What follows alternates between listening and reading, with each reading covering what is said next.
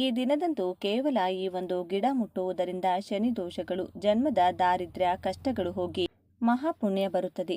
ಮೈಯಲ್ಲಿರುವ ಎಲ್ಲ ದೋಷಗಳನ್ನು ಈ ಗಿಡ ಎಳೆದುಕೊಂಡು ಪಾಸಿಟಿವ್ ಎನರ್ಜಿ ನಮಗೆ ಕೊಡುತ್ತದೆ. ಇಷ್ಟೊಂದು ಅದ್ಭುತಗಳನ್ನು ಕೊಡುವ ಆ ಗಿಡ ಯಾವುದು ಅಂತ ಈ ವಿಡಿಯೋದಲ್ಲಿ ನೋಡೋಣ. ಮುಂದುವರಿಯುವ ಮುಂಚೆ ಜೈ ಹನುಮಾನ್ ಎಂದು ಕಮೆಂಟ್ನಲ್ಲಿ ಬರೆಯಿರಿ. ವಿಡಿಯೋಗೆ ಒಂದು ಚಿಕ್ಕ ಲೈಕ್ ಕೊಡಿ. ನಮ್ಮ ಚಾನೆಲ್ನ ಸಬ್ಸ್ಕ್ರೈಬ್ ಮಾಡಿಕೊಳ್ಳಿ. ಹನುಮ ಸರ್ವ ದೇವತಾ ಸ್ವರೂಪನು, ಹಾಗಾಗಿ ಅವರನ್ನ ಪೂಜಿಸಿದ್ರೆ ಸಕಲ ದೇವತೆಗಳನ್ನ ಪೂಜಿಸಿದ ಫಲ ಸಿಗುತ್ತದೆ. ಹನುಮನನ್ನ ಪೂಜಿಸುವ ಮನೆಯಲ್ಲಿ ಲಕ್ಷ್ಮೀ ದೇವಿ ಶಾಶ್ವತವಾಗಿರುತ್ತಾಳೆ. ಪಾಂಡವರು ಹನುಮನನ್ನ ಪೂಜಿಸಿ ಯುದ್ಧದಲ್ಲಿ ಗೆಲುವು ಸಾಧಿಸಿದರು. ಹನುಮನನ್ನ ಪೂಜಿಸಿದರೆ ಭೋಗ ಭಾಗ್ಯಗಳು ಬರುತ್ತದೆ, ಸಕಲ ಕೋರಿಕೆಗಳು ಈಡೇರುತ್ತದೆ. ಭೂಮಿಯ ಮೇಲೆ ಎಲ್ಲ ಸುಖಗಳು ಅನುಭವಿಸುತ್ತಾರೆ. ಸಂತಾನ ಪ್ರಾಪ್ತಿಯಾಗುತ್ತದೆ. ಗಂಡ ಹೆಂಡತಿ ಮಧ್ಯೆ ಅನ್ಯೋನ್ಯತೆ ಬೆಳೆಯುತ್ತದೆ. ಸಾಲಬಾಧೆ ನಿವಾರಣೆಯಾಗುತ್ತದೆ. ಒಳ್ಳೆಯ ಕೆಲಸ ಸಿಗುತ್ತದೆ. ವ್ಯಾಪಾರದಲ್ಲಿ ಲಾಭ ಹೆಚ್ಚಾಗುತ್ತದೆ. ರಾಜಕೀಯದಲ್ಲಿರುವವರಿಗೆ ಪದವಿ ಸಿಗುತ್ತದೆ. ವಿವಾಹ ಯೋಗ ಕೂಡಿ ಬರುತ್ತದೆ. ದೀರ್ಘಾಯುಷ್ಯ ಬರುತ್ತದೆ. ಮೃತ್ಯು ದೋಷ ನಿವಾರಣೆಯಾಗುತ್ತದೆ. ಶನಿ ಬಾಧೆ ನಿವಾರಣೆಯಾಗುತ್ತದೆ. ಹನುಮನಿಗೆ ಸಂಖ್ಯೆ 5 ಅಂದರೆ ತುಂಬಾ ಪ್ರೀತಿ. ಹಾಗಾಗಿ ಅವರ ದೇವಾಲಯದಲ್ಲಿ 5 ಪ್ರದಕ್ಷಿಣೆ ಮಾಡಿದರೆ ತುಂಬಾ ಒಳ್ಳೆಯದು. ನೀವು ಹನುಮನಿಗೆ ಸಮರ್ಪಿಸುವ ಹೂಗಳು ಅಥವಾ ತಾಂಬೂಲ ಅಥವಾ ಹಣ್ಣುಗಳು ಎಲ್ಲವೂ ಕೂಡ 5ರ ಸಂಖ್ಯೆಯಲ್ಲಿರುವಂತೆ ನೋಡಿಕೊಳ್ಳಿ. ಹನುಮನಿಗೆ ಹೂಗಳಲ್ಲಿ ಪಾರಿಜಾತ, ತಾವರೆ, ಮಲ್ಲಿಗೆ, ನಂದಿವರ್ಧನ, ದಾಸವಾಳ, ಕನಕಾಂಬರ ಹಾಗೂ ಎಕ್ಕದ ಹೂಗಳೆಂದರೆ ತುಂಬಾ ಇಷ್ಟ. ಪತ್ರೆಗಳಲ್ಲಿ ಅಂದರೆ ಎಲೆಗಳಲ್ಲಿ ವೀಳ್ಯದೆಲೆ, ಬಿಲ್ವ ಪತ್ರೆ, ತುಳಸಿ, ನೆಲ್ಲಿಕಾಯಿ ಎಲೆಗಳು, ಗರಿಕೆ, ಮಾವಿನ ಎಲೆ, ಉತ್ತರಾಣಿ ಹಾಗೂ ಅರಳಿ ಎಲೆಗಳು ಅಂದರೆ ತುಂಬಾ ಪ್ರೀತಿ. ಹಣ್ಣುಗಳಲ್ಲಿ ಬಾಳೆಹಣ್ಣು, ಮಾವಿನ ಹಣ್ಣು, ಖರ್ಜೂರ, ನೇರಳೆ ಹಣ್ಣು, ದ್ರಾಕ್ಷಿ, ದಾಳಿಂಬೆ, ತೆಂಗಿನಕಾಯಿ ಹಾಗೂ ಹಲಸಿನ ಹಣ್ಣು ಅಂದರೆ ತುಂಬಾ ಇಷ್ಟ. ಹಾಗಾಗಿ ನೀವು ಹೂ, ಪತ್ರೆ ಅಥವಾ ಹಣ್ಣು ಯಾವುದು ಹನುಮನಿಗೆ ಸಮರ್ಪಿಸಿದರೂ 5ನ್ನು ಸಮರ್ಪಿಸಲು ಪ್ರಯತ್ನಿಸಿ. ಅಂದರೆ 5 ಬಾಳೆಹಣ್ಣು ಅಥವಾ 5 ಬೆರಕೆ ಹಣ್ಣು, 5 ಪತ್ರೆಗಳು. ಈ ರೀತಿ ಹನುಮನ ಆಲಯದಲ್ಲಿ 5 ಪ್ರದಕ್ಷಿಣೆ ಹಾಕಿದರೆ ಭೂತ, ಪ್ರೇತ, ಪಿಶಾಚಿ ಬಾಧೆಗಳು, ರೋಗ ಬಾಧೆಗಳು ಹೋಗಿ ಶುಭ ಉಂಟಾಗುತ್ತದೆ. ಈ ದಿನ ಹನುಮನ ಹೆಸರು ಜಪಿಸಿದರೂ ಕೂಡ ಬುದ್ಧಿಬಲ, ಯಶಸ್ಸು, ಧೈರ್ಯ ಮತ್ತು ಆರೋಗ್ಯ ಪ್ರಾಪ್ತಿಯಾಗುತ್ತದೆ. ಹನುಮ ತ್ರಿಮೂರ್ತಿಗಳ ತೇಜಸ್ಸಿನಿಂದ ಅವತರಿಸಿದ್ದಾರೆ. ಹಾಗಾಗಿ ಅವರನ್ನ ಸರ್ವದೇವತಾ ಸ್ವರೂಪನು ಎಂದು ಕರೆಯುತ್ತಾರೆ. ಹನುಮನ ಭಕ್ತರಷ್ಟು ಅದೃಷ್ಟವಂತರು ಭೂಮಿಯ ಮೇಲೆ ಮತ್ತೊಬ್ಬರಿಲ್ಲ ಎಂದು ಪುರಾಣಗಳು ಹೇಳುತ್ತವೆ. ಹನುಮನಿಗೆ ಸಿಂಧೂರ ಅಂದರೆ ತುಂಬಾ ಪ್ರೀತಿ. ಹನುಮನಿಗೆ ಸಿಂಧೂರದ ಪೂಜೆ ಮಾಡಿಸುವುದರಿಂದ ಬೇಗನೆ ಅವರು ಪ್ರಸನ್ನರಾಗುತ್ತಾರೆ.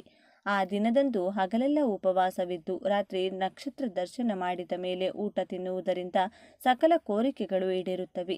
ಸಂಜೆ 6 ಗಂಟೆಯ ನಂತರ ಮನೆಯಲ್ಲಿ ಹನುಮನಿಗೆ ಕೆಂಪು ದೀಪದಲ್ಲಿ ಎಕ್ಕದ ಬತ್ತಿಗಳನ್ನು ಇಟ್ಟು ಎಳ್ಳೆಣ್ಣೆಯಿಂದ ದೀಪಾರಾಧನೆ ಮಾಡಿದರೆ ಬೇಡಿದ ಕೋರಿಕೆಗಳು, ದೀರ್ಘಾಯುಷ್ಯ, ಸುಖ, ಸಂತೋಷ, ಭೋಗ ಭಾಗ್ಯಗಳು ಪ್ರಾಪ್ತಿಯಾಗುತ್ತದೆ. ಒಂದು ವೇಳೆ ನಿಮ್ಮ ಮನೆಯಲ್ಲಿ ಕೆಂಪು ದೀಪ ಇಲ್ಲದಿದ್ದರೆ ನಿಮ್ಮ ಮನೆಯಲ್ಲಿರುವ ಯಾವುದಾದರೂ ಒಂದು ಮಣ್ಣಿನ ದೀಪಕ್ಕೆ ಕುಂಕುಮವನ್ನು ಹಚ್ಚಿ ಅದರಿಂದ ದೀಪಾರಾಧನೆ ಮಾಡಿ. ಈ ದಿನ ಹನುಮನಿಗೆ ವೀಳ್ಯದೆಲೆ ಮಾಲೆ ಸಮರ್ಪಿಸಿದರೆ ತುಂಬ ಒಳ್ಳೆಯದು. ಸಾಧ್ಯವಾದರೆ ದೇವಾಲಯದಲ್ಲಿ ವೀಳ್ಯದೆಲೆ ಸೇವೆ ಮಾಡಿಸಿ. ಇಲ್ಲದಿದ್ದರೆ ನೀವೇ ವೀಳ್ಯದೆಲೆ ಮಾಲೆಯನ್ನು ಕಟ್ಟಿ ದೇವಾಲಯದಲ್ಲಿ ಸಮರ್ಪಿಸಿ.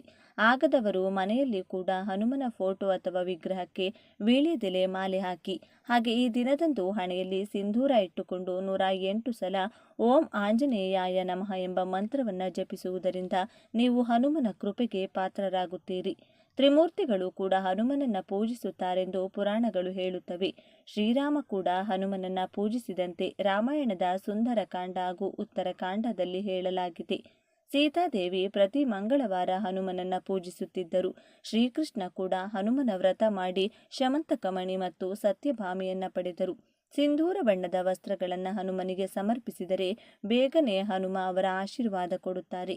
ಈ ದಿನದಂದು ಹನುಮನ ಆಲಯದಲ್ಲಿ ದೀಪಾರಾಧನೆ ಮಾಡಿ ಅಲ್ಲೇ ಕುಳಿತುಕೊಂಡು ಹನುಮಾನ್ ಚಾಲಿಸ 11 ಸಲ ಅಥವಾ 23 ಸಲ ಜಪಿಸಿದರೆ ಅವರಿಗೆ ಶಾಶ್ವತವಾಗಿ ರಾಜಯೋಗ ಪ್ರಾಪ್ತಿಯಾಗುತ್ತದೆ.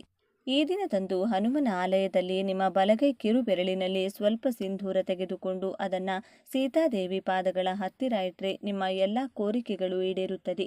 ಈ ದಿನ ನೀವು ಚಿತ್ರಗುಪ್ತನನ್ನು ನೆನೆಸಿಕೊಂಡರೂ, ಒಂದು ಸಲ ಕೈ ಮುಗಿದರೂ ಎಷ್ಟೋ ಪಾಪಗಳು ನಿವಾರಣೆಯಾಗುತ್ತವೆ. ಈ ದಿನದಂದು ಸಮುದ್ರ ಸ್ನಾನ ಮಾಡಿದರೆ ತುಂಬ ಪುಣ್ಯ. ಸಮುದ್ರ ಸ್ನಾನ ಮಾಡಲು ಆಗದವರು ಮನೆಯಲ್ಲಿ ಸ್ನಾನ ಮಾಡುವ ನೀರಿನಲ್ಲಿ ಸ್ವಲ್ಪ ಕಲ್ಲುಪ್ಪು ಬೆರೆಸಿಕೊಂಡು ಸ್ನಾನ ಮಾಡಿ. ಇನ್ನು ಚಿತ್ರಗುಪ್ತನಿಗೆ ಬಣ್ಣ ಬಣ್ಣದ ವಸ್ತ್ರಗಳು ಅಂದರೆ ತುಂಬ ಇಷ್ಟ. ಹಾಗಾಗಿ ಈ ದಿನದಂದು ಬಣ್ಣ ಬಣ್ಣದ ವಸ್ತ್ರಗಳನ್ನು ಆಲಯದಲ್ಲಿ ಅರ್ಚಕರಿಗೆ ಅಥವಾ ಯಾರಿಗಾದರೂ ದಾನ ಮಾಡಿದರೆ ಚಿತ್ರಗುಪ್ತನ ಆಶೀರ್ವಾದ ಸಿಗುತ್ತದೆ. ಈ ದಿನ ಶಿವ ಪಾರ್ವತಿ ಕಲ್ಯಾಣ ಮಾಡಿಸುವುದು ಅಥವಾ ನೋಡುವುದು ಮಾಡಿದರೆ ದಾಂಪತ್ಯದಲ್ಲಿರುವ ಎಲ್ಲ ಸಮಸ್ಯೆಗಳು ನಿವಾರಣೆಯಾಗಿ ಸುಖ ದಾಂಪತ್ಯ ನಿಮ್ಮದಾಗುತ್ತದೆ. ದೀರ್ಘ ಸುಮಂಗಲ ಯೋಗ ಬೆಳೆಯುತ್ತದೆ. ಈಗ ನಾವು ಯಾವ ಮರವನ್ನು ಮುಟ್ಟಿದರೆ ನಮ್ಮ ಅದೃಶ್ಯ ಬದಲಾಗುತ್ತದೆ ಎಂದು ನೋಡೋಣ. ಕ್ಷೀರಸಾಗರ ಮದನದ ಸಮಯದಲ್ಲಿ ಬಂದ ಅನೇಕ ಪವಿತ್ರ ವೃಕ್ಷಗಳಲ್ಲಿ ಶಮಿ ವೃಕ್ಷ ಕೂಡ ಒಂದು. ಹಾಗೆ ಇವತ್ತು ನಾವು ಮುಟ್ಟಬೇಕಾದ ಗಿಡ ಕೂಡ ಶಮಿ ಗಿಡ. ಶಮಿ ಗಿಡವನ್ನ ಅಪರಾಜಿತ ದೇವಿ ಎಂದು ಭಾವಿಸುತ್ತಾರೆ. ಯಜ್ಞ ಮಾಡುವಾಗ 2 ಶಮಿ ಗಿಡದ ಕಡ್ಡಿಯನ್ನ ತೆಗೆದುಕೊಂಡು ಅದರಿಂದಲೇ ಬೆಂಕಿ ಹಚ್ಚುತ್ತಿದ್ದರು. ಅದನ್ನ ಅರಣಿ ಎಂದು ಕರೆಯುತ್ತಿದ್ದರು. ವನವಾಸದಲ್ಲಿ ಶ್ರೀರಾಮ ಕೂಡ ಹೆಚ್ಚಾಗಿ ಶಮಿ ಮರದ ಕೆಳಗಡೆಯೇ ವಿಶ್ರಾಂತಿ ಪಡೆಯುತ್ತಿದ್ದರು. ರಾವಣನ ಜೊತೆ ಯುದ್ಧ ಮಾಡುವ ಮುಂಚೆ ಶಮಿ ಎಲೆಗಳಿಂದ ಆದಿಪರಾಶಕ್ತಿಯನ್ನ ಶ್ರೀರಾಮ ಪೂಜಿಸಿದ್ದರು. ರಾವಣನನ್ನ ಯುದ್ಧದಲ್ಲಿ ಗೆದ್ದು ಅಯೋಧ್ಯೆಗೆ ಹೋಗುವ ಮುಂಚೆ ಕೂಡ ಶಮಿ ಗಿಡಕ್ಕೆ ಪ್ರತ್ಯೇಕ ಪೂಜೆಗಳನ್ನ ಶ್ರೀರಾಮ ಮಾಡಿದ್ದರು. ಪಾಂಡವರು ಕೂಡ ಕುರುಕ್ಷೇತ್ರ ಯುದ್ಧಕ್ಕೂ ಮುಂಚೆ ಶಮಿ ಮರವನ್ನ ಪೂಜಿಸಿದ್ದರು. ಶಮಿ ನಮಗೆ ಜೀವನದಲ್ಲಿ ಗೆಲುವು ಕೊಡುತ್ತದೆ. ಈ ಗಿಡವನ್ನ ತುಂಬಾ ಅಪರೂಪವಾಗಿ ಪೂರ್ವಕಾಲದಲ್ಲಿ ನೋಡಿಕೊಳ್ಳುತ್ತಿದ್ದರು. ಇಷ್ಟೊಂದು ಪವಿತ್ರವಾದ ಗಿಡವನ್ನ ನಾವು ಈ ದಿನ ಮುಟ್ಟಿದರೂ ಕೂಡ ನಾವು ಪವಿತ್ರರಾಗುತ್ತೇವೆ. ಶ್ರೀರಾಮನನ್ನೇ ಮುಟ್ಟಿದಷ್ಟು ಪುಣ್ಯ ಬರುತ್ತದೆ. ಜೊತೆಗೆ ಶನೀಶ್ವರನ ಕೋಪವನ್ನ ಕೂಡ ಶಮಿಗಿಡ ಕಡಿಮೆ ಮಾಡುತ್ತದೆ. ಹಾಗಾಗಿ ಶನಿದೋಷ, ಶನಿ ಪೀಡೆ ಹೀಗೆ ಶನಿಗೆ ಸಂಬಂಧಿಸಿದ ಯಾವ ಸಮಸ್ಯೆ ಇದ್ದರೂ ಹೊರಟು ಹೋಗುತ್ತದೆ. ಇನ್ನು ಜೀವನದಲ್ಲಿ ಶನಿ ಬಾಧೆ ಬರುವುದಿಲ್ಲ. ಹಾಗಾಗಿ ಶಮಿಗಿಡ ಎಲ್ಲೇ ಇದ್ದರೂ ಅದಕ್ಕೆ ಸ್ವಲ್ಪ ನೀರು ಹಾಕಿ 11 ಪ್ರದಕ್ಷಿಣೆ ಮಾಡಿ ಒಂದು ದೀಪದಲ್ಲಿ 3 ಬತ್ತಿಗಳನ್ನು ಬಿಡಿ ಬಿಡಿಯಾಗಿ ಇಟ್ಟು ಎಳ್ಳೆಣ್ಣೆಯಿಂದ ದೀಪಾರಾಧನೆ ಮಾಡಿ ಅದರ ನಂತರ 11 ಸಲ ಗಿಡವನ್ನು ಮುಟ್ಟಿ ನಮಸ್ಕಾರ ಮಾಡಿಕೊಳ್ಳಿ. ಅದರ ನಂತರ ನಿಮ್ಮ ಕೋರಿಕೆಗಳು ಹೇಳಿಕೊಳ್ಳಿ. ಅದು ಅತಿ ಬೇಗನೆ ಈಡೇರುತ್ತದೆ. ಒಂದು ವೇಳೆ ಶಮಿ ವೃಕ್ಷ ನಿಮಗೆ ಸಿಗದಿದ್ದರೆ ಅದರ ಕಡ್ಡಿಯನ್ನ ಕೂಡ ತಂದು ನಿಮ್ಮ ಮನೆಯ ಪಾಟ್ನಲ್ಲಿ ಇಟ್ಟುಕೊಂಡು ಅದಕ್ಕೆ ಪೂಜೆಗಳು ಮಾಡಿ ಪ್ರದಕ್ಷಿಣೆ ಮಾಡಿಕೊಳ್ಳಿ. ಈ ರೀತಿ ನಿಮ್ಮ ದಿನಚರಿ ಇರುವಂತೆ ನೋಡಿಕೊಳ್ಳಿ. ಇನ್ನು ಈ ದಿನ ಸಂಜೆ 6 ರಿಂದ 8 ಗಂಟೆಯ ಒಳಗಾಗಿ ಮನೆಯಲ್ಲಿ ಈ 4 ವಸ್ತುವನ್ನು ಬಳಸಿ ಧೂಪ ಹಾಕಿ. ಇದರಿಂದ ಮನೆಯಲ್ಲಿನ ಎಲ್ಲ ನೆಗೆಟಿವ್ ಶಕ್ತಿಗಳು ತೊಲಗುತ್ತದೆ. ಯಾರಾದರೂ ಆಗದೇ ಇದ್ದವರು ಮಾಡಿಸಿದ್ರೆ ಆ ದುಷ್ಟ ಶಕ್ತಿಗಳ ಕೆಲಸ ಆಗದಂತೆ ಮಾಡುತ್ತದೆ. ಮನೆಯ ಸದಸ್ಯರಿಗೆ ಇದ್ದ ಮೈಕೈ ನೋವು, ಆರೋಗ್ಯ ಸಮಸ್ಯೆ, ಮಾನಸಿಕ ಕಿರಿಕಿರಿಗಳು ದೂರವಾಗಿ ಅದೃಷ್ಟ ಕೂಡಿ ಬರುತ್ತದೆ. ಮನೆಯ ಮಧ್ಯಭಾಗದಲ್ಲಿ ಈ ಧೂಪವನ್ನ ಹಾಕಬೇಕು. ಧೂಪಕ್ಕೆ ಸಾಂಬ್ರಾಣಿ, ಬಿಳಿ ಸಾಸಿವೆ ಹಾಕಬೇಕು. ಇದರ ಜೊತೆಗೆ ದೃಷ್ಟಿ ಬೀಜ ಅಂತ ಪೂಜಾ ಸಾಮಗ್ರಿಗಳು ಸಿಗುವ ಅಂಗಡಿಯಲ್ಲಿ ಸಿಗುತ್ತದೆ. ಅದನ್ನ ತನ್ನಿ. ಅದರ ಜೊತೆಗೆ ಕಪ್ಪು ಜೀರಿಗೆ ಅಂತ ಸಿಗುತ್ತೆ. ಒಟ್ಟು 4 ವಸ್ತುಗಳು: ಸಾಂಬ್ರಾಣಿ ಪುಡಿ, ಬಿಳಿ ಸಾಸಿವೆ, ಕಪ್ಪು ಜೀರಿಗೆ ಹಾಗೂ ದೃಷ್ಟಿ ಬೀಜ. ಈ 4ನ್ನು ಕೂಡ ಕೆಂಡದಲ್ಲಿ ಹಾಕಿ ಮನೆಯ ಮಧ್ಯಭಾಗದಲ್ಲಿ ಧೂಪ ಹಾಕಿ. 5 ರಿಂದ 10 ನಿಮಿಷದ ನಂತರ ಮನೆಯ ಎಲ್ಲ ಮೂಲೆ ಮೂಲೆಗೂ ಈ ಧೂಪದ ಹೊಗೆಯನ್ನ ತೋರಿಸಿ. ಇದರಿಂದ ಮನೆಯಲ್ಲಿ ಎಲ್ಲ ನಕಾರಾತ್ಮಕ ಶಕ್ತಿಗಳು ತೊಲಗಿ ಸಾಕಷ್ಟು ಬದಲಾವಣೆಗಳು ನಿಮ್ಮ ಮನೆಯಲ್ಲಿ ನೀವು ನೋಡಬಹುದು. ಈ ದಿನ ಭಕ್ತಿಯಿಂದ ಪೂಜೆ ಮಾಡಿದರೆ ಶೀಘ್ರವಾಗಿ ಕಂಕಣ ಭಾಗ್ಯ ಕೂಡಿ ಬರುತ್ತದೆ. ಹಣಕಾಸು, ಆರೋಗ್ಯ, ಉದ್ಯೋಗ ಏನೇ ಸಮಸ್ಯೆ ಇದ್ದರೂ ಈ ದಿನ ರಾಯರ ಮಂತ್ರಾಕ್ಷತೆಯನ್ನು ಸ್ಪರ್ಶ ಮಾಡಿ ಓಂ ಶ್ರೀ ಗುರು ರಾಘವೇಂದ್ರಾಯ ನಮಃ ಎಂದು ಹೇಳಿಕೊಂಡು ಧರ್ಮ ಮಾರ್ಗದಲ್ಲಿ ಇನ್ಮುಂದೆ ಜೀವನ ನಡೆಸುತ್ತೇನೆಂದು ಪ್ರಮಾಣ ಮಾಡಿ ನೋಡಿ. ಕಷ್ಟಗಳೆಲ್ಲ ಶೀಘ್ರವಾಗಿ ಮಂಜಿನಂತೆ ಕರಗಿ ಹೋಗುತ್ತದೆ. ಸಾಯಿಬಾಬಾರ ಆಲಯದಲ್ಲಿ ಕೊಬ್ಬರಿ, ಕರ್ಪೂರ, ಗಂಧದ ಕಡ್ಡಿಯನ್ನ, ನವಧಾನ್ಯಗಳನ್ನು ಹಾಕಿ ನಿಮ್ಮ ಮೊಣಕಾಲಿನ ಮೇಲೆ ಕುಳಿತು ಓಂ ಕರ್ಮಧ್ವಂಸಿನೇ ನಮಃ ಎಂದು ಹೇಳಿಕೊಂಡ್ರೆ ಪಾಪಗಳೆಲ್ಲ ಧ್ವಂಸವಾಗುತ್ತದೆ. ಕರ್ಮ ಫಲಗಳೆಲ್ಲ ಕಳೆದು ಗುರುಗಳ ಅನುಗ್ರಹ ಪ್ರಾಪ್ತಿಯಾಗುತ್ತದೆ. ಸಾಯಿಬಾಬಾರ ಕೃಪೆಯಿಂದ ಜೀವನ ಬದಲಾಗುತ್ತದೆ. ಮಕ್ಕಳ ವಿದ್ಯಾಭ್ಯಾಸ ಚೆನ್ನಾಗಿ ನಡೆಯಲು, ಮಕ್ಕಳಿಗೆ ನೆನಪಿನ ಶಕ್ತಿ ವೃದ್ಧಿಸಿ, ತಂದೆ ತಾಯಿಯ ಮಾತನ್ನ ಕೇಳಲು ದಕ್ಷಿಣಾಮೂರ್ತಿ ಸ್ವಾಮಿಗಳಿಗೆ ಈ ದಿನ ಅಭಿಷೇಕವನ್ನ ಮಾಡಿಸಿದ್ರೆ ಮಕ್ಕಳಿಗೆ ವಿದ್ಯಾರಂಗದಲ್ಲಿ ಏಳಿಕೆಯಾಗುತ್ತದೆ. ಮಕ್ಕಳು ಸರಿದಾರಿಯಲ್ಲಿ ಜೀವನ ನಡೆಸುತ್ತಾರೆ. ಮಕ್ಕಳಿಗೆ ದಕ್ಷಿಣಾಮೂರ್ತಿ ಸ್ತೋತ್ರವನ್ನು ಕೂಡ ಈ ದಿನ ಕಳಿಸಬೇಕು. ಜೀವನದಲ್ಲಿ ಗುರುವಿನ ಅನುಗ್ರಹ ಇಲ್ಲದೆ ಏನನ್ನೂ ಕೂಡ ಸಾಧಿಸಲು ಸಾಧ್ಯವಾಗುವುದಿಲ್ಲ. ಗುರುಬಲ ಇಲ್ಲವೆಂದರೆ ಯಾವ ಕೆಲಸಗಳು ನಡೆಯುವುದಿಲ್ಲ. ಆದ್ದರಿಂದ ತಪ್ಪದೆ ಈ ದಿನವನ್ನ ಪ್ರತಿಯೊಬ್ಬರೂ ಸದುಪಯೋಗಪಡಿಸಿಕೊಳ್ಳಬೇಕು. ಈ ದಿನ ದರ್ಬೆ ಕಡ್ಡಿಗಳ ಮೇಲೆ ಶಿವಲಿಂಗ ಇಡುವುದು ಅಥವಾ ಶಿವನ ಫೋಟೋ ಇಟ್ಟು ಪೂಜಿಸುವುದನ್ನು ಮಾಡಬೇಕು. ಶಿವಾನುಗ್ರಹ ಶೀಘ್ರವಾಗಿ ಪ್ರಾಪ್ತಿಯಾಗಿ ಕಠಿಣ ಕಷ್ಟ ಕಾರ್ಪಣ್ಯಗಳು ಬೇಗನೆ ದೂರವಾಗಿ ಅದೃಷ್ಟ, ದೈವಬಲ ಕೂಡ ಪ್ರಾಪ್ತಿಯಾಗುತ್ತದೆ. ಈ ದಿನದಂದು ಮನೆಯಲ್ಲೇ ಇರುವ ಗುರುಗಳ ಆಶೀರ್ವಾದ ತಪ್ಪದೇ ಪಡೆಯಿರಿ. ಮಾತೃದೇವೋಭವ, ಪಿತೃದೇವೋಭವ, ಆಚಾರ್ಯ ದೇವೋಭವ ಎನ್ನುವ ಹಾಗೆ ಮನೆಯಲ್ಲಿರುವ ತಂದೆ ತಾಯಿ, ಅಜ್ಜಿ ತಾತ, ಅಣ್ಣ ಅಕ್ಕರ ಕಾಲಿಗೆ ಬಿದ್ದು ನಮಸ್ಕಾರ ಮಾಡಿಕೊಳ್ಳಿ. ಪಾದಗಳನ್ನು ಮುಟ್ಟಿ ನಮಸ್ಕಾರ ಮಾಡಿಕೊಂಡ್ರೆ ಶುಭ ಫಲಗಳು ಪ್ರಾಪ್ತಿಯಾಗುತ್ತದೆ. ವಿದ್ಯಾರ್ಥಿಗಳು ನಿಮ್ಮ ಶಿಕ್ಷಕರ ಕಾಲಿಗೆ ಬಿದ್ದು ಆಶೀರ್ವಾದವನ್ನು ಪಡೆದುಕೊಳ್ಳಿ. ಈ ದಿನ ಸಂಜೆ ಸಮಯದಲ್ಲಿ ಮನೆಯ ಮೂಲೆ ಮೂಲೆಗೂ ಧೂಪವನ್ನು ತೋರಿಸಿ. ಅಕ್ಕಪಕ್ಕದವರ ದೃಷ್ಟಿ, ಸಂಬಂಧಿಕರು, ಸ್ನೇಹಿತರು ದೃಷ್ಟಿ ಮನೆಗೆ ಹೆಚ್ಚಾಗಿದ್ರೆ ಒಂದು ನಿಂಬೆ ಹಣ್ಣನ್ನು ಮುಖ್ಯ ದ್ವಾರದ ಮೇಲ್ಭಾಗದಿಂದ ಕೆಳಭಾಗಕ್ಕೆ, ಎಡಭಾಗದಿಂದ ಬಲಭಾಗಕ್ಕೆ, ಬಲದಿಂದ ಎಡಭಾಗಕ್ಕೆ 3 ಬಾರಿ ದೃಷ್ಟಿಯನ್ನ ತೆಗೆದು ಕಾಲಿನಿಂದ ತುಳಿದು ಎಸೆಯಬೇಕು. ಇದರಿಂದ ದೃಷ್ಟಿದೋಷ, ಕೆಟ್ಟ ಕಣ್ಣಿನ ಶಕ್ತಿ ಮನೆಯಿಂದ ಶೀಘ್ರವಾಗಿ ಹೊರಟು ಹೋಗುತ್ತದೆ. ಬಿಡಿ ಬಿಡಿಯಾಗಿ ಕುರಿಸಿ ದೀಪಾರಾಧನೆಯನ್ನ ಮಾಡಿಕೊಳ್ಬೇಕು. ದೀಪ ಸಂಪೂರ್ಣ ಉರಿದ ನಂತರ ಆ ದೀಪದಲ್ಲಿ ಉಳಿಯುವಂಥ ಸಾಸಿವೆ ಎಣ್ಣೆಯನ್ನ ಅರಳಿ ಮರದ ಬುಡಕ್ಕೆ ಹಾಕಿ ಬರಬೇಕು. ಬೆಳಿಗ್ಗೆ ದೀಪವನ್ನ ಹಚ್ಚಬೇಕು. ಸಂಜೆ ಸಮಯದಲ್ಲಿ ದೀಪದಲ್ಲಿ ಉಳಿಯುವಂಥ ಸಾಸಿವೆ ಎಣ್ಣೆಯನ್ನ ಅರಳಿ ಮರಕ್ಕೆ ಹಾಕಿ ಬರಬೇಕು. ಹೀಗೆ 8 ಶನಿವಾರ ಮಾಡಬೇಕು. ದೀಪದಲ್ಲಿ ಎಣ್ಣೆ ಉಳಿಯದಿದ್ದರೂ ಬಾಗಿಲಿನ ಮುಂದೆ ಸಾಸಿವೆ ಎಣ್ಣೆಯಿಂದ ದೀಪ ಹಚ್ಚಿದರೆ ಸಾಕು. ಈ ವಿಶೇಷ ದೀಪಾರಾಧನೆಯಿಂದ ನಿಮ್ಮ ಮನೆಯಲ್ಲಿನ ಬಡತನ ದೂರವಾಗಿ ಅದೃಷ್ಟ, ಐಶ್ವರ್ಯ ಸದಾ ನಿಮ್ಮೊಂದಿಗೆ ಇರುತ್ತದೆ. ಯಾವುದೇ ಪರಿಹಾರ ಮಾಡಬೇಕಾದರೂ ಮೊದಲು ನಂಬಿಕೆ ಹಾಗೂ ಶ್ರದ್ಧೆ ಇರಬೇಕು. ನಂಬಿಕೆಯಿಂದ ಈ ಪರಿಹಾರಗಳನ್ನು ಮಾಡಿ ನೋಡಿ. ಜೀವನದಲ್ಲಿ ಅನೇಕ ಸುಧಾರಣೆಗಳನ್ನು ನೀವು ನೋಡಬಹುದು.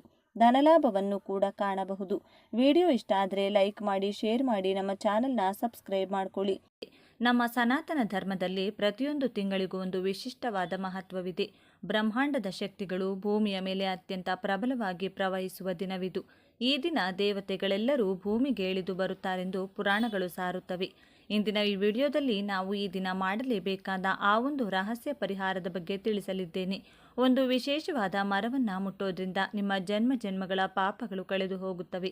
ಅಂದರೆ ನೀವು ನಂಬ್ತೀರಾ? ಹೌದು, ಇದು ಶಾಸ್ತ್ರೋಕ್ತವಾದ ಸತ್ಯ. ಸಾಲದ ಬಾಧೆ, ದರಿದ್ರ ಯೋಗ, ಮನೆಯಲ್ಲಿ ಕಲಹ ಅಥವಾ ಎಷ್ಟೇ ದುಡಿದರೂ ಹಣ ನಿಲ್ಲುತ್ತಿಲ್ಲವೇ? ಹಾಗಾದರೆ ಇಂದಿನ ಈ ಆಧ್ಯಾತ್ಮಿಕ ಯಾತ್ರೆಯಲ್ಲಿ ನಾವು ಈ ಮಹಾ ಶುಭ ದಿನದಂದು ಯಾವ ಕೆಲಸ ಮಾಡಬೇಕು, ಯಾವುದನ್ನು ಮಾಡಬಾರದು ಮತ್ತು ನಿಮ್ಮ ಅದೃಷ್ಟವನ್ನು ಬದಲಿಸುವ ಆ ಮರದ ರಹಸ್ಯವೇನು ಎಂಬುದನ್ನು ಸಂಪೂರ್ಣವಾಗಿ ತಿಳಿಯೋಣ. ವಿಡಿಯೋವನ್ನು ಕೊನೆವರೆಗೂ ನೋಡಿ. ನಿಮ್ಮ ಜೀವನದ ದಿಕ್ಕನ್ನೇ ಬದಲಿಸುವ ಶಕ್ತಿ ಈ ಮಾಹಿತಿಗಿದೆ. ಮುಂದುವರಿಯುವ ಮುನ್ನ ಕಮೆಂಟ್ ಬಾಕ್ಸ್ನಲ್ಲಿ ಓಂ ಮಹಾಲಕ್ಷ್ಮಿ ನಮಃ ಅಥವಾ ಓಂ ಶ್ರೀಮನ್ನಾರಾಯಣ ಎಂದು ಕಮೆಂಟ್ ಮಾಡಿ. ವಿಡಿಯೋಗೆ ಒಂದು ಲೈಕ್ ಕೊಟ್ಟು ನಮ್ಮ ಚಾನೆಲ್ನ ಸಬ್ಸ್ಕ್ರೈಬ್ ಮಾಡಿಕೊಳ್ಳಿ. ಸ್ಕಂದ ಪುರಾಣದ ಪ್ರಕಾರ ಈ ದಿನ ಸಮುದ್ರ ಸ್ನಾನ ಮಾಡುವುದು ಕೋಟಿ ಜನ್ಮಗಳ ಪುಣ್ಯಕ್ಕೆ ಸಮಾನ. ಸಮುದ್ರಕ್ಕೆ ಹೋಗಲು ಸಾಧ್ಯವಾಗದವರು ಮನೆಯಲ್ಲಿಯೇ ಸ್ನಾನದ ನೀರಿಗೆ ಸ್ವಲ್ಪ ಗಂಗಾ ಜಲವನ್ನು ಬೆರೆಸಿ ಗಂಗಾ, ಗೋದಾವರಿ, ಕಾವೇರಿ ಮುಂತಾದ ಪುಣ್ಯ ನದಿಗಳ ಹೆಸರನ್ನು ಸ್ಮರಿಸುತ್ತಾ ಸ್ನಾನ ಮಾಡಬೇಕು. ಈ ದಿನ ಸಮುದ್ರಕ್ಕೆ ಅಳಲೆಕಾಯಿ ಅರ್ಪಿಸಿ ಸ್ನಾನ ಮಾಡೋದ್ರಿಂದ ನರದೃಷ್ಟಿ ಮತ್ತು ದೃಷ್ಟಿ ದೋಷಗಳು ದೂರವಾಗುತ್ತವೆ. ಈ ದಿನ ನಿಮ್ಮ ಮನೆಗೆ ಮಹಾಲಕ್ಷ್ಮಿಯನ್ನು ಆಹ್ವಾನಿಸಲು ನೀವು ಮಾಡಬೇಕಾದ ಕೆಲವು ಪರಿಹಾರಗಳು: 1. ಹೊಸ್ತಿಲ ಪೂಜೆ ಮತ್ತು ರಕ್ಷಣೆ. ಈ ದಿನ ಬೆಳಗ್ಗೆ ಸ್ನಾನದ ನಂತರ 1 ಲೋಟ ನೀರಿಗೆ ಚಿಟಿಕೆ ಕುಂಕುಮ, 1 ಹನಿ ಹಾಲು ಮತ್ತು 2 ಲವಂಗದ ಪುಡಿಯನ್ನು ಬೆರೆಸಿ ಮನೆಯ ಮುಖ್ಯ ದ್ವಾರಕ್ಕೆ ಪ್ರೋಕ್ಷಣೆ ಮಾಡಬೇಕು. ಹೀಗೆ ಮಾಡೋದ್ರಿಂದ ಮನೆಯಲ್ಲಿರುವ ನಕಾರಾತ್ಮಕ ಶಕ್ತಿ ಓಡಿ ಹೋಗಿ ಮಹಾಲಕ್ಷ್ಮಿ ಸ್ಥಿರವಾಗಿ ನೆಲೆಸುತ್ತಾಳೆ. 2 ಕಪ್ಪು ದಾರದ ರಕ್ಷಾ ಕವಚ. ದೃಷ್ಟಿದೋಷದಿಂದ ವ್ಯಾಪಾರ ಅಥವಾ ಆರೋಗ್ಯ ಹದಗೆಡುತ್ತಿದ್ರೆ ಸಂಧ್ಯಾ ಸಮಯದಲ್ಲಿ 1 ಕಪ್ಪು ದಾರವನ್ನು ತೆಗೆದುಕೊಂಡು ಈ ಮಂತ್ರವನ್ನು 11 ಬಾರಿ ಪಠಿಸಿ. ಓಂ ಲಂ ಲಂ ದೃಷ್ಟಿ ನಿವಾರಯಾಮಿ, ದೃಷ್ಟಿ ನಿವಾರಯಾಮಿ. ನಂತರ ಈ ದಾರವನ್ನು ಪುರುಷರು ಬಲಗಾಲಿಗೆ, ಮಹಿಳೆಯರು ಎಡಗಾಲಿಗೆ ಕಟ್ಟಿಕೊಳ್ಳಿ. ಇದು ನಿಮ್ಮನ್ನು ಶತ್ರು ಬಾಧೆಯಿಂದ ರಕ್ಷಿಸುತ್ತದೆ. ಈಗ ನಾವು ವಿಡಿಯೋದ ಅತ್ಯಂತ ಪ್ರಮುಖ ಭಾಗಕ್ಕೆ ಬಂದಿದ್ದೇವೆ. ಈ ದಿನ ಯಾವ ಮರವನ್ನು ಮುಟ್ಟಿದ್ರೆ ರಾಜಯೋಗ ದೊರೆಯುತ್ತದೆ? ಅದುವೇ ಬೇವಿನ ಮರ. ಬೇವಿನ ಮರವು ಸಾಕ್ಷಾತ್ ಆದಿಪರಾಶಕ್ತಿಯ ಸ್ವರೂಪ. ಈ ದಿನ ಬೇವಿನ ಮರಕ್ಕೆ 1 ಚೆಂಬು ನೀರನ್ನು ಅರ್ಪಿಸಿ 3 ಪ್ರದಕ್ಷಿಣೆ ಹಾಕಿ ಮರವನ್ನು ಸ್ಪರ್ಶಿಸಬೇಕು. ಬೇವಿನ ಗಾಳಿಯು ಆರೋಗ್ಯವನ್ನು ನೀಡಿದರೆ ಈ ವಿಶೇಷ ದಿನದ ಸ್ಪರ್ಶವು ನಿಮ್ಮ ದೇಹದಲ್ಲಿರುವ ನಕಾರಾತ್ಮಕ ಎನರ್ಜಿಯನ್ನು ಹೀರಿಕೊಂಡು ಸಕಾರಾತ್ಮಕ ಶಕ್ತಿಯನ್ನು ತುಂಬುತ್ತದೆ. ಇದರ ಜೊತೆಗೆ ಅಶ್ವತ್ಥ ಮರವನ್ನು ಪೂಜಿಸುವುದು ಅತ್ಯಂತ ಶ್ರೇಷ್ಠ. ಅಶ್ವತ್ಥ ಮರದಲ್ಲಿ ಲಕ್ಷ್ಮೀನಾರಾಯಣರು ನೆಲೆಸಿರುತ್ತಾರೆ. 2 ಅಶ್ವತ್ಥ ಎಲೆಗಳನ್ನು ಮನೆಗೆ ತಂದು ಪೂಜಾ ಕೋಣೆಯಲ್ಲಿಡುವುದರಿಂದ ಆರ್ಥಿಕ ಅಭಿವೃದ್ಧಿ ಖಂಡಿತ. ನೀವು ಮರವನ್ನು ಮುಟ್ಟುವಾಗ ಈ ಮಂತ್ರವನ್ನು ಜಪಿಸಿದರೆ ಇನ್ನೂ ಉತ್ತಮ ಫಲ ಇರುತ್ತದೆ. ಮೂಲತೋ ಬ್ರಹ್ಮರೂಪಾಯ, ಮಧ್ಯತೋ ವಿಷ್ಣುರೂಪ, ಅಗ್ರತಃ ಶಿವರೂಪಾಯ, ವೃಕ್ಷರಾಜಯತೆ ನಮೋ ನಮಃ. ಪಂಡಿತರು ಹೇಳುವಂತೆ ಈ ದಿನ ನಿಂಬೆ ಹಣ್ಣಿನಿಂದ ಮಾಡುವ ಪರಿಹಾರವು ಅದ್ಭುತ ಫಲ ನೀಡುತ್ತದೆ. 1 ಹಣ್ಣಾದ ನಿಂಬೆ ಹಣ್ಣನ್ನು ತೆಗೆದುಕೊಳ್ಳಿ. 1 ವೀಳ್ಯದೆಲೆಯಲ್ಲಿ ಹಿಡಿ ಉಪ್ಪನ್ನು ಇಟ್ಟು ಅದರ ಮೇಲೆ ನಿಂಬೆ ಹಣ್ಣನ್ನು 4 ಭಾಗಗಳಾಗಿ ಪೂರ್ತಿ ಕತ್ತರಿಸದೆ ಸೀಳಿಡಿ. ಅದಕ್ಕೆ ಹಳದಿ ಕುಂಕುಮ ಹಚ್ಚಿ 2 ಲವಂಗಗಳನ್ನು ಚುಚ್ಚಿ ಈ ತಟ್ಟೆಯನ್ನು ಹಿಡಿದುಕೊಂಡು ಮನೆಯ ಎಲ್ಲ ಮೂಲೆಗಳಲ್ಲೂ ಸುತ್ತಿ ನಂತರ ಮನೆಯ ಹೊರಗೆ ಬಾಗಿಲ ಎಡಭಾಗದಲ್ಲಿ ಇಟ್ಟುಬಿಡಿ. ಮಾರನೇ ದಿನ ಅದನ್ನು ಜನರಿಲ್ಲದ ಕಡೆ ಎಸೆಯಿರಿ. ಇದು ಮನೆಯ ಮೇಲಿರುವ ಎಲ್ಲ ತಂತ್ರ ಮಂತ್ರ ಬಾಧೆಗಳನ್ನು ಶರೀರದಲ್ಲಿ ಮುಕ್ಕೋಟಿ ದೇವತೆಗಳಿದ್ದಾರೆ. ಈ ದಿನ ಗೋವಿಗೆ ಈ ಕೆಳಗಿನ ವಸ್ತುಗಳನ್ನು ನೀಡೋದ್ರಿಂದ ಸಿಗುವ ಫಲಗಳು ಇಲ್ಲಿವೆ. ಬೆಲ್ಲ ಬೆರೆಸಿದ ಅಕ್ಕಿ ಹಿಟ್ಟು, ಮಾನಸಿಕ ಶಾಂತಿಗಾಗಿ ನೆನೆಸಿದ ಕಡಲೆಬೇಳೆ, ಕುಟುಂಬ ಕಲಹ ನಿವಾರಣೆಗಾಗಿ ಬಾಳೆಹಣ್ಣು, ಉನ್ನತ ಪದವಿ ಮತ್ತು ಗೌರವಕ್ಕಾಗಿ ಬೇಯಿಸಿದ ಆಲೂಗಡ್ಡೆ, ನರತೃಪ್ತಿ ನಿವಾರಣೆಗಾಗಿ ಟೊಮೊಟೊ, ವಿವಾಹ ಪ್ರಾಪ್ತಿಗಾಗಿ ಸೌತೆಕಾಯಿ, ಶತ್ರುಗಳು ಮಿತ್ರರಾಗಲು ಬದನೆಕಾಯಿ, ಸಂತಾನ ಪ್ರಾಪ್ತಿಗಾಗಿ ನೆನೆಸಿದ ತೊಗರಿಬೇಳೆ, ಸಾಲ ಮುಕ್ತಿಗಾಗಿ ಗೋಧಿ ಹಿಟ್ಟು ಮತ್ತು ಬೆಲ್ಲ, ಉದ್ಯೋಗ ಲಾಭಕ್ಕಾಗಿ ಮತ್ತು ಸೂರ್ಯ ದೇವರ ಕೃಪೆಗಾಗಿ ಕಡಲೆ ಹಿಟ್ಟು ಮತ್ತು ಬೆಲ್ಲ, ಕೋರ್ಟ್ ಕೇಸ್ನಲ್ಲಿ ಜಯಿಸುವುದಕ್ಕಾಗಿ. ಇನ್ನು ಈ ದಿನ ಸಂಜೆ 6 ರಿಂದ 8 ಗಂಟೆಯ ಒಳಗಾಗಿ ಮನೆಯಲ್ಲಿ ಈ 4 ವಸ್ತುವನ್ನ ಬಳಸಿ ಧೂಪ ಹಾಕಿ. ಇದರಿಂದ ಮನೆಯಲ್ಲಿನ ಎಲ್ಲ ನೆಗೆಟಿವ್ ಶಕ್ತಿಗಳು ತೊಲಗುತ್ತದೆ. ಯಾರಾದರೂ ಆಗದೇ ಇದ್ದವರು ಮಾಡಿಸಿದ್ರೆ ಆ ದುಷ್ಟ ಶಕ್ತಿಗಳ ಕೆಲಸ ಆಗದಂತೆ ಮಾಡುತ್ತದೆ. ಮನೆಯ ಸದಸ್ಯರಿಗೆ ಇದ್ದ ಮೈಕೈ ನೋವು, ಆರೋಗ್ಯ ಸಮಸ್ಯೆ, ಮಾನಸಿಕ ಕಿರಿಕಿರಿಗಳು ದೂರವಾಗಿ ಅದೃಷ್ಟ ಕೂಡಿ ಬರುತ್ತದೆ. ಮನೆಯ ಮಧ್ಯಭಾಗದಲ್ಲಿ ಈ ಧೂಪವನ್ನು ಹಾಕಬೇಕು. ಧೂಪಕ್ಕೆ ಸಾಂಬ್ರಾಣಿ, ಬಿಳಿ ಸಾಸಿವೆ ಹಾಕಬೇಕು.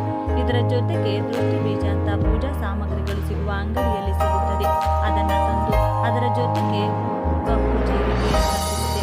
ಒಟ್ಟು 4 ವಸ್ತುಗಳು: ಸಾಂಬ್ರಾಣಿ ಪುಡಿ, ಬಿಳಿ ಸಾಸಿವೆ, ಕಪ್ಪು ಜೀರಿಗೆ ಹಾಗೂ ದೃಷ್ಟಿ ಬೀಜ.